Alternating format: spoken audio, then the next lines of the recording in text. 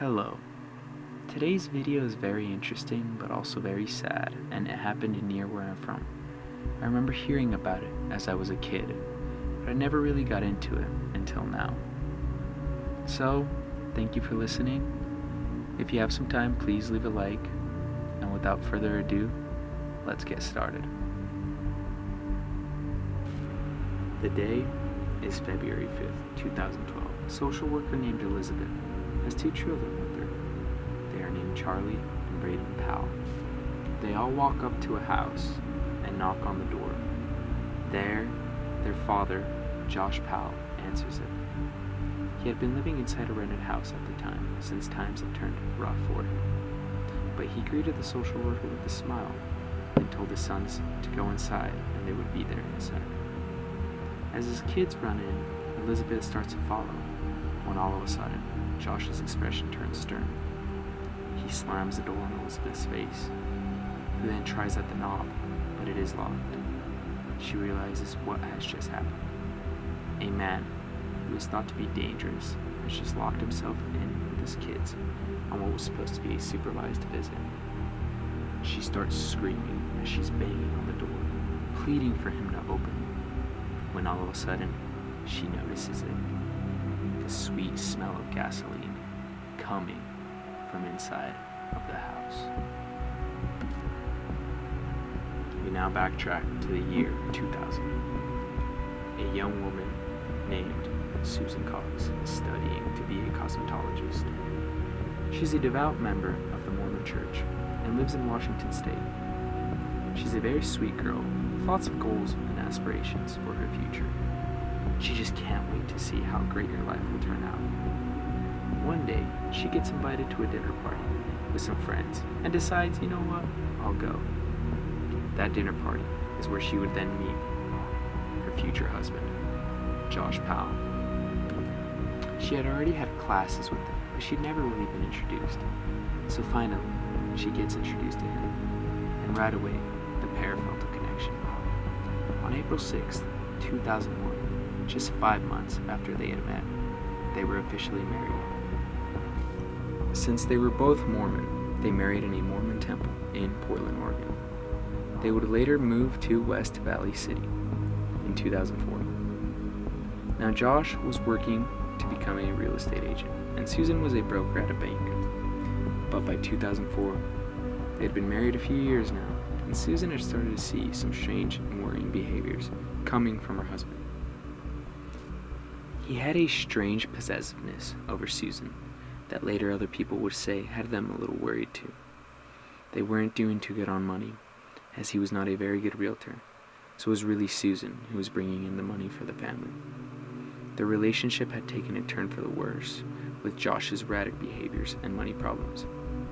So finally, they decided in a last-ditch attempt to keep the relationship alive, they would have a baby, hoping that it would be the glue that held them together.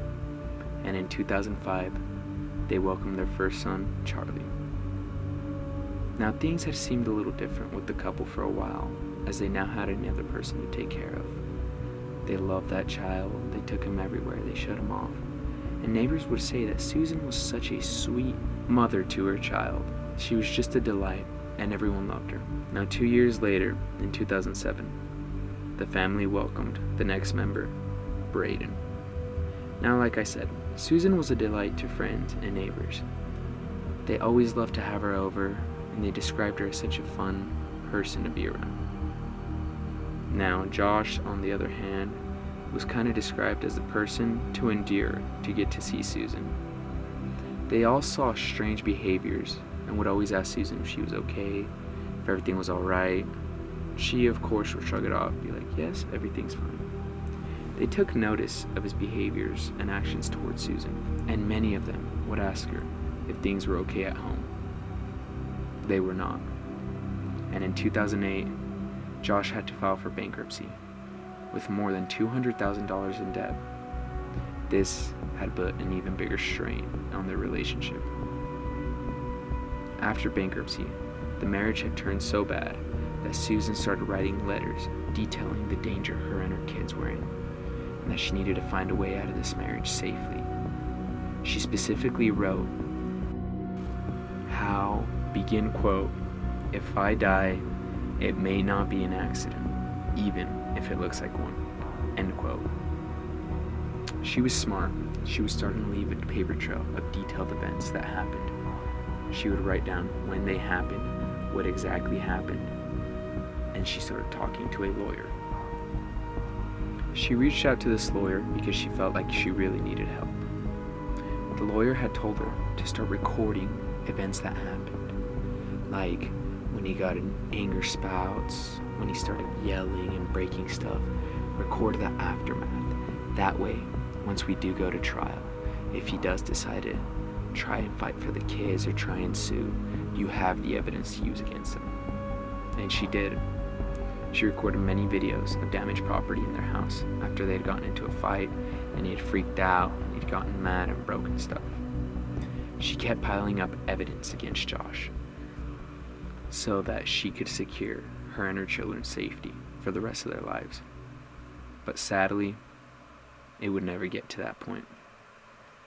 On the morning of December 6th, 2009, Susan would take her children to church, where a neighbor would ask her if she was available later to crochet, as they had both gotten into crocheting.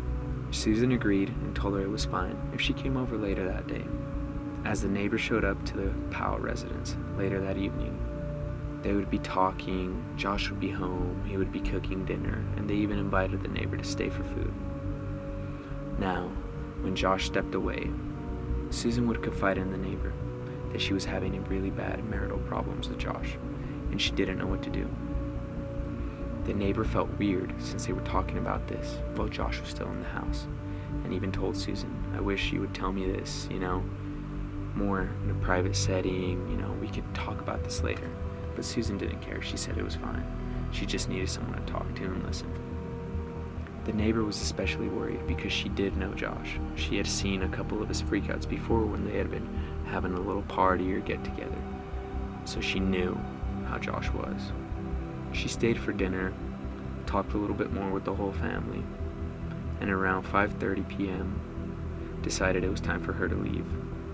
So she got up, said bye, left the house, and that would be the last person that would ever see Susan Powell alive again.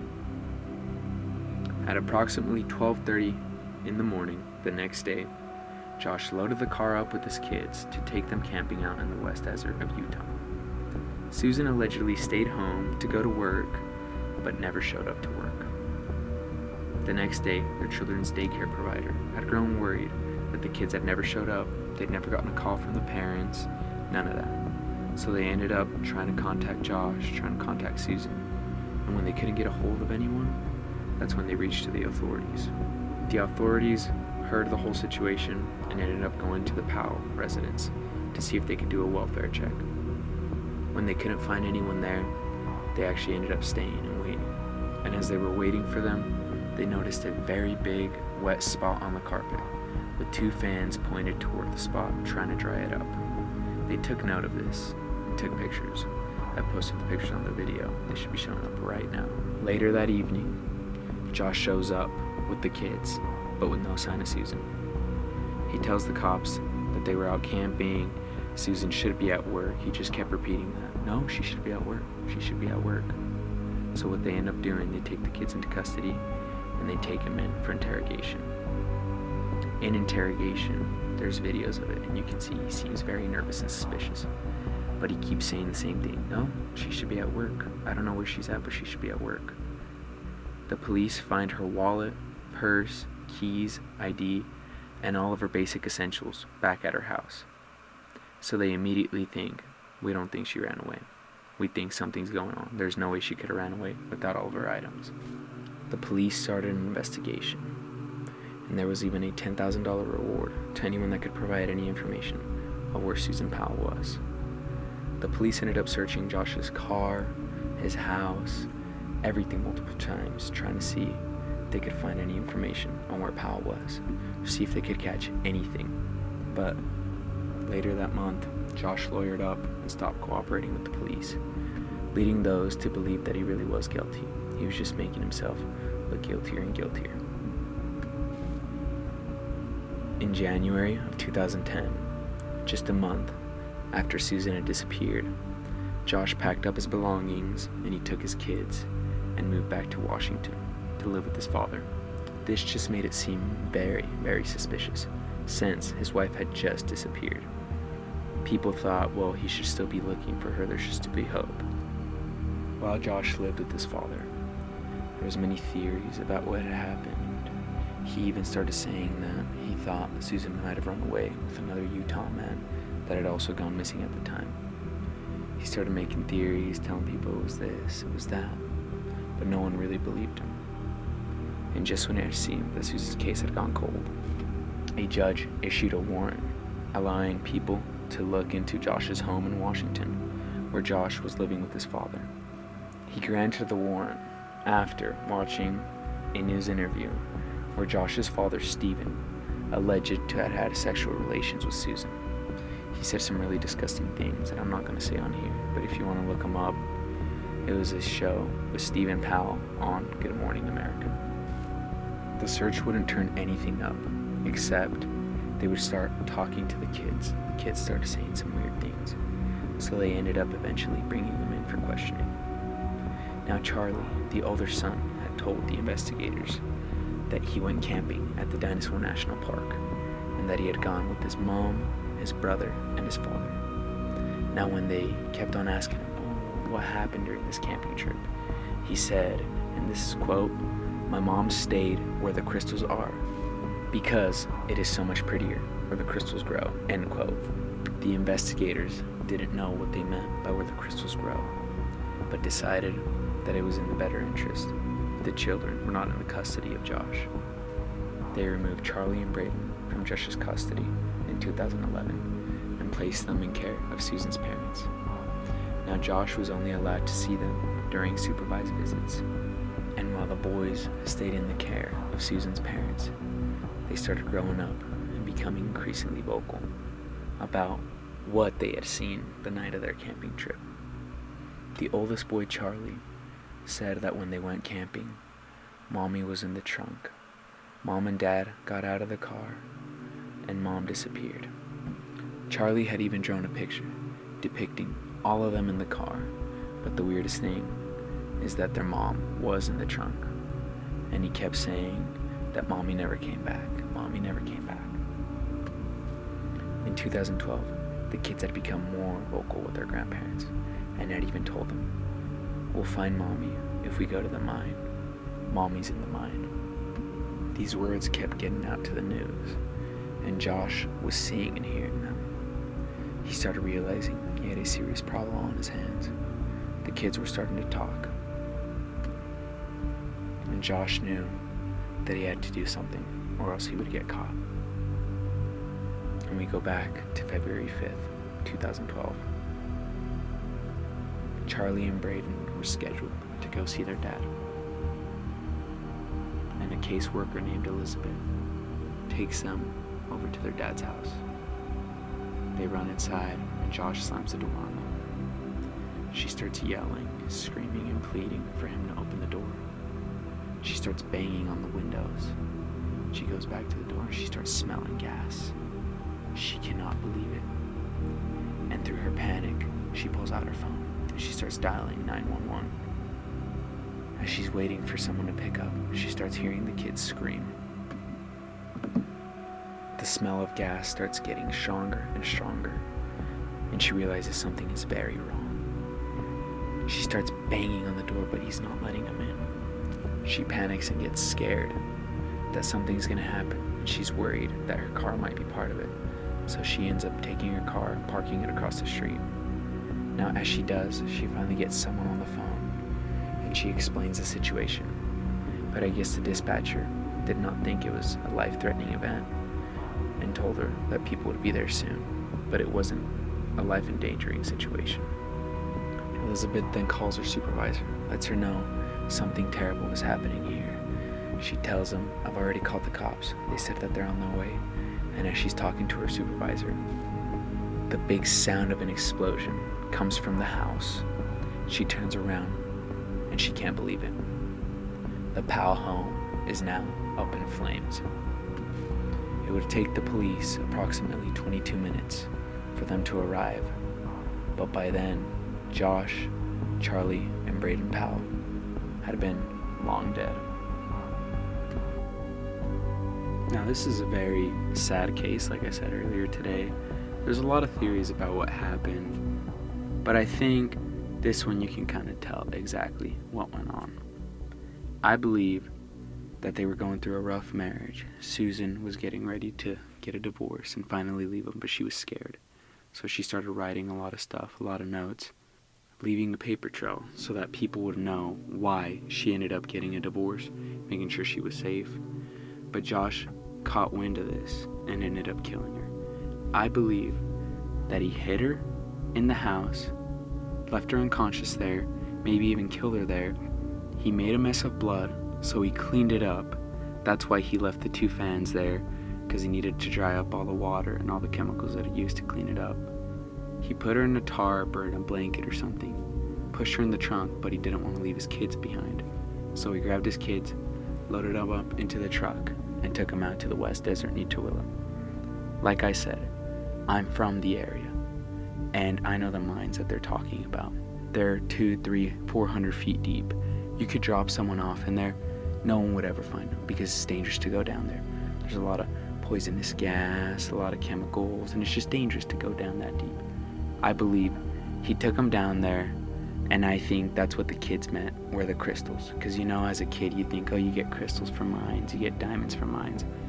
I believe he left the kids in the running car so that they could stay warm. Because another thing I forgot to say, that night that they had left, it was freezing. It was below freezing temperatures.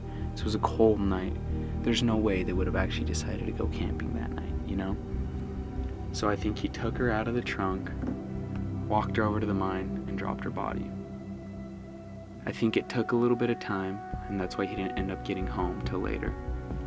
Charlie was 4 at the time, so it would make sense that he would remember some things, some events that happened that night. So I think that they started getting more and more comfortable with their grandparents after they had been taken into custody.